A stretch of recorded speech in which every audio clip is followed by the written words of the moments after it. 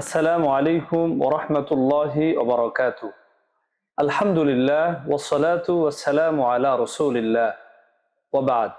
সুপ্রিয় দর্শক শ্রোতা ভাই ও বোন, আজকে আমরা এই ভিডিওতে জানব সকাল পর্যন্ত ঘুমানোর দ্বারা যে ক্ষতি হয়।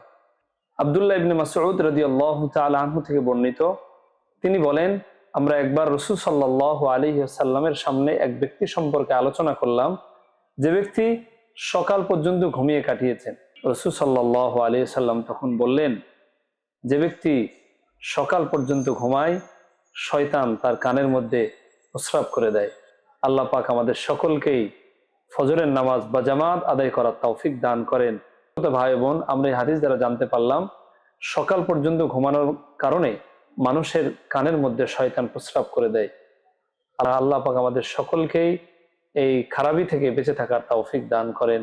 ওয়া আখিরু দাওয়ানা আলহামদুলিল্লাহি রাব্বিল আলামিন। আসসালামু আলাইকুম ওয়া রাহমাতুল্লাহি ওয়া বারাকাতুহু।